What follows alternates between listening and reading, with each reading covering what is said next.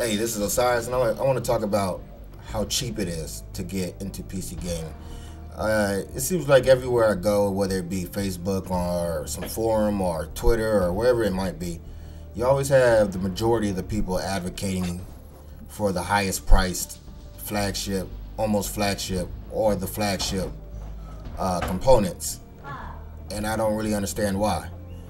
I've been into PCs and building PCs and all that stuff for a very long time, and today, now more than ever, PCs are just so cheap.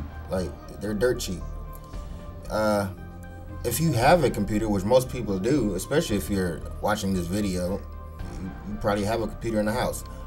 As long as it's recent, probably like within the next last 3 years or so, it's capable of being a gaming machine. I don't care if it was made by HP or whoever.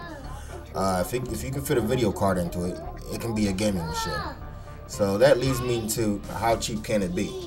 Well, like I said, if you have a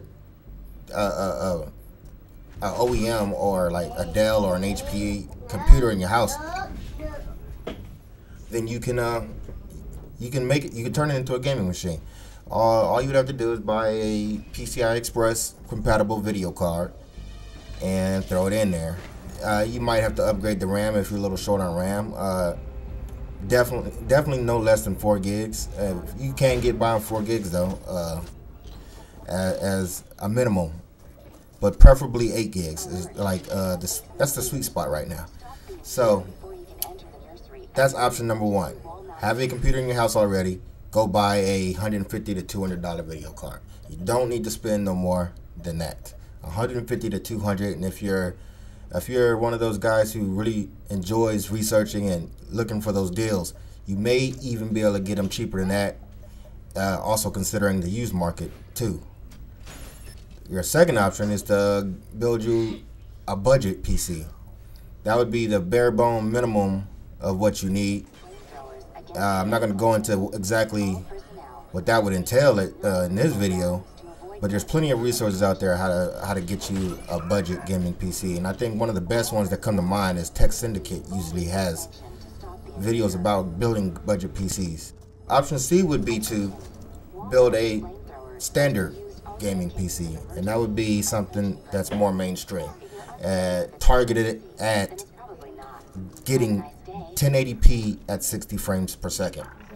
And at that point, you're talking in the $700 to $800 range, more than likely. For the budget PC, it could be anywhere from $400 to the $600 range, which is not unreasonable, really. So those are 3 options, and so you can choose your poison, and none of them are relatively expensive. Not like a lot of people would have you believe. There is no reason, if you're looking just to get decent gaming, for you to buy, say, a GTX 780. It's irrelevant. You don't need it. It's overpowered. You're not even gonna be getting nowhere near max usage of that, I think, $500 GPU, and it will leave just a bad taste in your mouth if you spend that much money on something that you may or may not enjoy. Or I see people say that you need to have the latest i5 Intel processor. No, you don't. No, you don't. You can get away with using a i3. Now, will you be able to live stream, surf the internet, play your favorite video game, and record it all at the same time? No, not with an i3. Obviously not. But it's only about a $120 processor. It'll play most games, no problem at all. It will not bottleneck a sweet spot GPU that's in the $200 range at all, not even close. And it's a good entry-level system.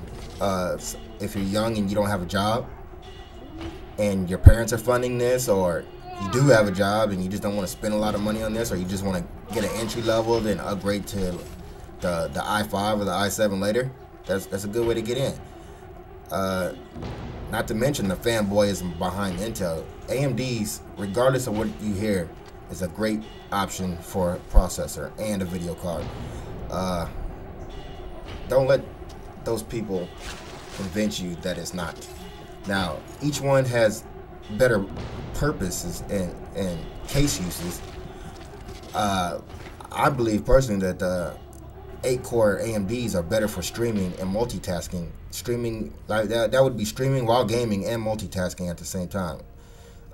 So for I think it's about $200 now. That's a very good option, even maybe over the i5. Strictly gaming speaking though, if you just wanted to just be a gaming workhorse, I would say go with the i5. But that's not what this is about. I just wanted to try to dispel some of the rumor, not the rumor, but the myths that are spread online about what level of components you should get and which brand of components you should get. It's all complete garbage. Don't listen to these fanboys. Don't let them talk you into high-end, expensive components and equipment that you don't need or even know why you need. Start off with a relatively easy-to-swallow budget, and I believe that you'll come to enjoy this in the long run. Thanks for watching.